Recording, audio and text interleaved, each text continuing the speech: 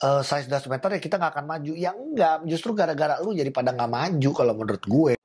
Kita udah lama tidak bertarung dengan intensitas seperti ini. Melawan orang-orang yang udah gede, tebel, keras, cepat. Apakah kita harus mengakui, ini bahasanya ya, maaf ya, liga kita makin bagus dan kita selalu sangat mendukung. Tadi untuk timnas kita harus mengakui basket bukan untuk kita. Sementara ini.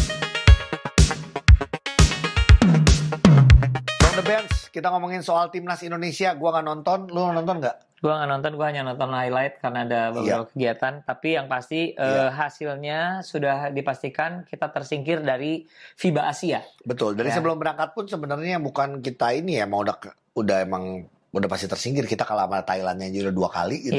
Jadi berharap kita menang dari Australia dan berharap menang dari Korea. Kayaknya terlalu benar-benar berharap. Terlalu berharap ya. Iya, bukan tidak kita mensupport ya, tapi buat gue sih emang sudah berat dan ya udah terbukti kan gitu. Iya. Kita melihat perjuangan dari teman-teman anak-anak terbaik Indonesia untuk bisa berjuang ya. Kalau misalnya lewat streaming kita bisa lihat waktu lawan Australia. Kalau misalnya mau langsung kemarin di Indonesia Arena adalah melawan Korea Selatan. Iya. Gitu loh. Terserah sih buat lu yang masih ngomong kalau masih ada satu akun yang namanya Main Basket yang bilang katanya kalau lu masih berpikir size doesn't matter ya lu nggak akan maju. Ya karena lu berpikirnya semua orang disuruh bikinnya size karena lu ulang gimana kata-katanya, karena lu masih bilangnya size doesn't matter, kenyataannya di basket size matters. Lu tanya sama anak-anak basket sendiri gitu loh.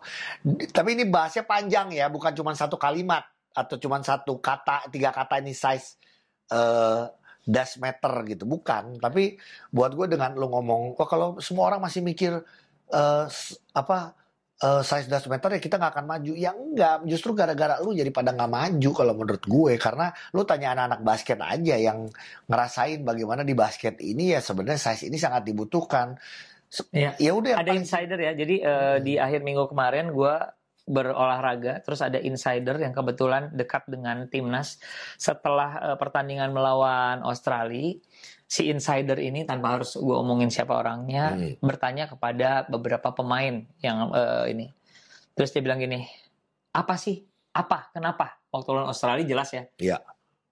Kita udah lama tidak bertarung dengan intensitas seperti ini. Melawan orang-orang yang udah gede, tebel, keras, cepat.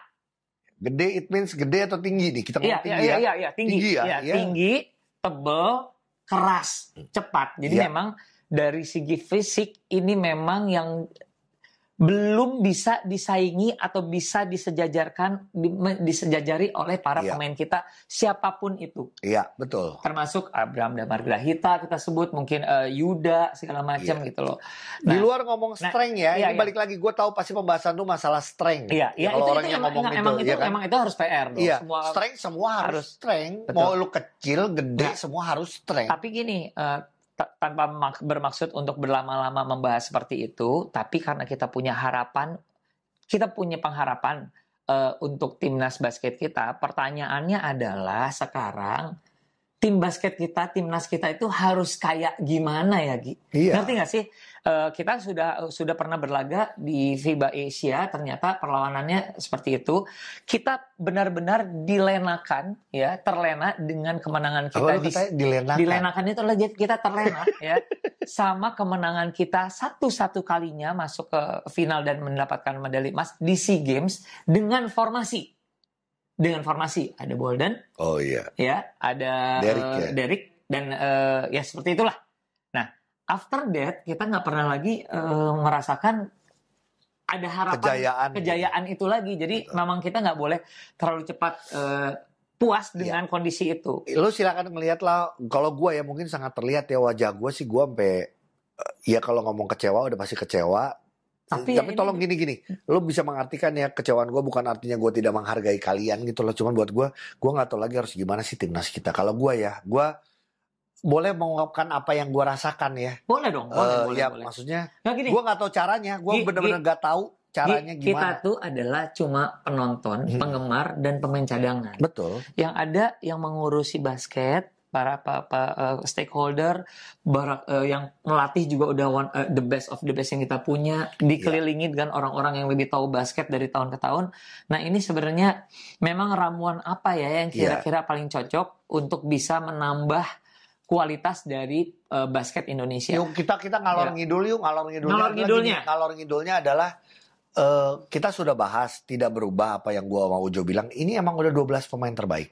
Iya benar. Buat gue ya. Ya paling tadi ada 1-2 keluar masuk, 1-2 keluar masuk ya gitu ya. Iya 1-2 keluar terus kalau mau bahas sedikit kali kemarin gue nggak nonton tapi gue cuma ngelihat statistik ternyata Avan nggak dimainin terus siapa nggak dimainin buat gue lah udah jelas kita kalah udah mainin lah. Gue juga nggak ngerti sih pelatih kita ini nggak tahu gue cuman kalau ngomong jelek dah lu nggak jelek gitu Coach Ahang nggak jelek gitu cuman ya benar akhirnya berpikir lagi kita pernah ngasih bilang saat ini kayak timnas kita nggak apa-apa deh coach lokal kita udah siap tapi sekarang akhirnya kayaknya juga berpikir apa kita emang perlu coach luar ya perlu coach luar lagi gue nggak tahu siapa terus bahkan kalau gue udah sekarang boleh mau berantem maksudnya mau berbeda pendapat nggak apa-apa gue bilang cari naturalisasi kayak sepak bola bisa nggak ya buat ngebantu ngatrol dulu karena buat gue bukan pemain kita ini karena udah best of the best ini bukan kalau di Liga 1 mungkin lu masih ada optionnya banyak kalau di sepak bola ya kalau option lokal gitu loh kalau di basket menurut gue ya kita pernah bahas sorry nih kalau di Filipina pilihannya banyak sekali. Kalau kita emang pilihannya tidak banyak dan emang ini udah 12 terbaik. Gue jadi kayak tolong katrol udah sama apa ya? Gini. Ini kita diskusi Gi. Kalau lu mau mengkatrol atau kalau menurut gue apakah kita harus mengakui ini bahasanya ya maaf ya. Liga kita makin bagus dan kita selalu sangat mendukung. Tapi untuk timnas kita harus mengakui basket bukan untuk kita sementara ini.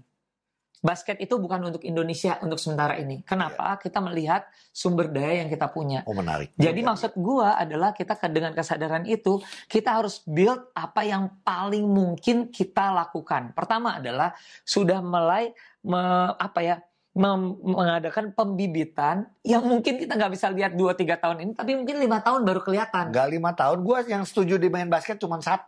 Emang kita ketinggalannya 20 tahun, 30 tahun. Itu gue setuju. Bener. Jadi kalau mau ya emang buat gue, ya udah anggaplah kita courting ya. Diskon 10 tahun deh.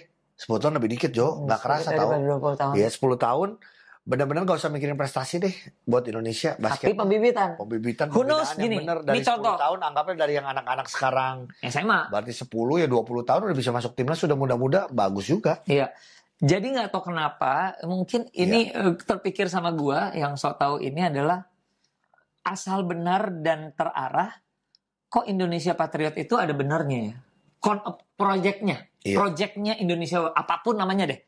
Kalau mungkin dulu sepak bola Primavera deh. Iya. Jadi emang ada sebuah squad yang mungkin tambal sulam along the way berapa tahun kata lu 10 tahun itu yang memang sudah diprogramkan untuk jadi pemain basket. Ya kalau Patriot berarti nggak full bener karena baru berapa tahun juga udah diganti lagi. Ya, itu yang sayangnya. Ya, karena programnya itu harusnya program yang kita bilang tadi 10 tahun ya emang benar-benar program itu yang terus berjalan. Terus gak ganti-ganti orang. Kalau Patriot kita kan rubah-rubah gitu waktu itu ya. Iya. Makanya gini, harus anggap lagi nih Gi. Berarti harus dicari apa ya? Gak usah mikirin prestasi lah udah. Iya. Kalau gini, konsep yang benar untuk buat atau mendapatkan pemain yang gini loh. Yang tidak saja siapnya tuh fisikal dan mental. Fisikal itu penting dong. Terus Perbasi udahlah jangan lu kayak yang dulu kemarin dulu ada orang gede langsung wah kita gini-gini. Aduh. Orang gede itu nggak tahu sekarang kemana. Seneng basket nggak apa sekarang seneng dagang, seneng apa gue juga nggak tahu deh. Ya tapi kan nggak tahu siapa seneng tahu. Dagang. Ya. Terus gini, itu usulan ya. Maksudnya memang harus ada satu program apapun itu Indonesia Patriot, Primavera atau apapun. Gitu loh menurut gue. Ya. Kan waktu itu katanya mencari orang-orang tinggi yang mau ke Lituania. Ya terus nggak jadi. Ya, nah itu maksudnya gini. Tadi itu yang lu bilang itu apa? Kalau ada berapa orang yang dikirim tapi dari kecil aja di kesana sekolah kalian di sana gitu. Benar. Itu kalau mau. Sih harusnya. Terus satu lagi.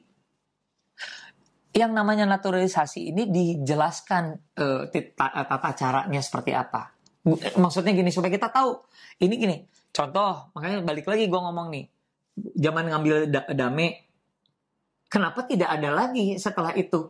Misal itu adalah satu proyek tinggi. Harusnya tiap tahun minimal ngambil 2, ngambil 2. Dari 2 juga kan belum tentu jadi dua-duanya atau 3. Dengan pertimbangan ini kan kita berusaha untuk mengakali peraturan di mana sebelum 15 tahun itu misalnya bisa dijadikan warga negara nih. Sebelum punya KTP misalnya gitu. Apakah itu hal yang bisa? Ya mungkin itu bisa dipelajari demi mendapatkan physically player yang mumpuni. Physically ya, aku baru ngomong gitu. Terus yang kedua adalah misalnya kita punya Marcus Bolden, tapi dia tidak pernah available. Jadi maksud gue gini. Sambil dijelaskan biar nanti nggak orang hilang kan lu nggak tahu itu cedera dan lain-lain. Betul, benar. Jadi gini, Marcus Bolden itu pemain yang paling perfect yang pernah kita punya, yang pernah kita naturalisasi. Betul. Sebenarnya gitu. Tapi keberadaannya dia di dunia basket. Bagus dari Leicester dong. Hah? Iya loh, terbukti. Iya betul. Terbukti. Karena gini, lebih muda lagi. Lebih muda, betul itu. Tapi satu hal lagi adalah availabilitas dia juga dipertanyakan, tidak saja masalah kesehatan, ya, tapi dia juga kan lagi ngejar karir di NBA dan lain-lain. Iya, betul. Jadi pasti dia juga punya tarik sana tarik sini untuk memilih kapan dia harus ke timnas, kapan enggak gitu. Sebenarnya siapa ya, gue ngobrol sama siapa ya, cuman enggak ada di ini gue kok. Jadi, ada di one on one gue tuh siapa ya? Gue nggak tahu. Kita butuh pemainnya. Nggak deh. Gue nggak tahu. Gue ngobrol sama siapa ya. Cuman gini. Gimana caranya kita dapat kayak Brownlee? Nah, anjing itu orang. Gila men. Jadi Boris sekarang sudah 32. Cuman kita tahu dari 20-an dia juga udah jadi superstar di PBA. Terus juga benar-benar membantu basket Filipina. Oh sorry, kita ngobrol sama, jadi kita bocorin sama Arigi. Nanti ada di situ lah lebih lengkapnya di pemain cadangan on YouTube. Jadi sosok seperti itu dibutuhkan. Iya. Gitu. Ini untuk naturalisasi ya itu, karena dia emang orang sana ya. Jadi gini, karena kita hanya bisa memakai satu naturalisasi dalam peraturan FIBA, ya emang harus yang all round player yang dibutuhkan. Iya. Mungkin kalau menurut gue ya, setelah gue kemarin one on one sama Anthony Bean ya.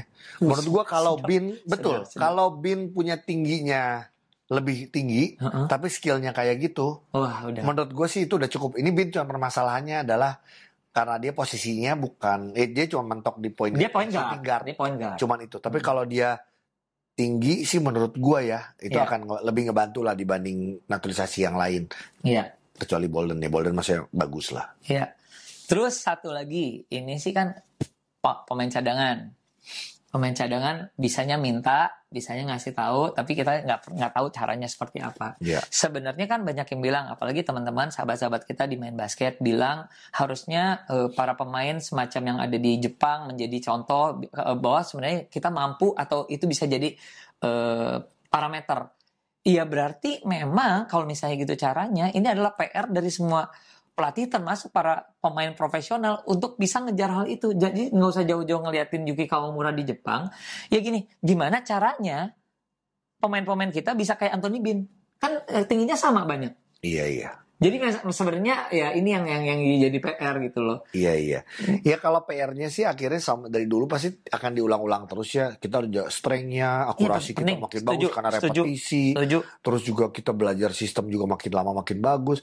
Skill individu. Setuju ngomong skill individu kita emang sama yang negara lain juga jauh. Tapi skill individu yang lain tuh yang tadi kita sering banget sampai gue nggak tahu kapan kita bahas adalah gini. Sesuai role-nya yang catch and shoot ya adalah catch and shoot. Yang dribble ya dribble, emang gak semuanya gitu buat gue. Cuman maksud gue apakah tetap mereka belajar hal yang lain ya belajar tetap gitu loh. Yang gitu-gitunya kalau menurut gue sampai nggak tuh yang sekarang sampai contoh ini bikin video ini aja gue nanya Gi kita bahas timnas yuk. Bingung. Gue nggak tahu gitu kecewa iya maaf ya. Tapi kita support banget. Tapi ya support. Karena kita mengakui sampai para akhirnya pemain ini adalah yang terbaik yang kita punya. Iya, cuman karena kita berani ngomong aja, maksud gue udah gak usah mikirin prestasi dulu, yuk mikirin yang 10 tahun yang 10 tahun ke depan atau 20 tahun yang sebenarnya katanya sih 30 tahun atau 40 tahun kita ketinggalan. Cuman ya buat gue ya itu, dan gue pengen cari cara cepat dulu. Katrol dulu dengan heritage yang katanya heritage ini kan gue dengar juga ini beberapa nama heritage yang ada di IBL juga lagi dihubung-hubungin karena SEA Games katanya cuma heritage yang bisa main dan lain-lain. Jadi ya makin berat juga sih gitu. Tapi memang berstrategi ini ya, jadi ini PR juga untuk Perbasi ya kesian, jujur gue kesian Pak Eda. Gue jujur Pak Eda juga banyak keluar uang. Bener, cuman pasti. Gue juga tahu pasti pusing Pak gitu. Cuman ya gimana ya. Ya tapi memang ini PR-nya jadi PR. Jadi gini, kan dari dulu juga. Mungkin orang ngomong gini, ngapain lu so pusing? Lu pusing doang, Pak Eda udah pusing keluar duit. Iya sih. Cuman bolehlah saking cintanya kita sama basket kan. Iya. Tapi gini, sekali lagi cadanganers, kita tidak memberikan solusi. Kita hanya memberikan pandangan-pandangan kita. Silakan di komen, kasih pandangan lu terhadap timnas. Ya, timnas harusnya sebaiknya seperti apa. Karena gini, kita juga nggak bisa bilang bahwa siapapun yang bertarung demi nama Indonesia itu tidak memberikan yang terbaik. Sudah termasuk Prosper juga sudah memberikan yang terbaik dengan kapasitas dia gitu. Tapi kalau menurut gue, memang rada deg-degan menghadapi SEA Games atau pertandingan-pertandingan internasional lainnya kalau misalnya ya seperti ini. Tapi gini, kita berarti nggak usah ngarep banyak dulu gitu loh di international game. Ini tuh kayak kebetulan di momen yang sama kita lagi pusing, ditambah timnas bola kita juga U20. Aduh, ini udah ya Indra Syafri kan baru dipecat ya. Itu pun juga itu kita yang senang olahraga, gue juga senang bola. Pusing karena itu tuh pengeluaran U20 lu tahu kan Jo, TC-nya 6 negara, 5 negara. Hasilnya gitu. Jadi kayak setahun udah berusaha semaksimal mungkin, udah segimana macam. Gede banget ya. Iyalah, ternyata nggak ada hasilnya gitu. Maksudnya kayak ini lagi bersamaan bolanya lagi blek gitu ya. Iya. Terus basketnya juga lagi blek juga gitu. Jadi pusing gitu kayak aduh. Hanya menunjukkan bahwa kita juga hanya penggemar basket, pencinta basket dengan ide kita, dengan pandangan kita. Silahkan sekali lagi cadanganers kasih komennya di bawah. Sekali lagi terima kasih. Jaya terus basket Indonesia. Hormat gerak.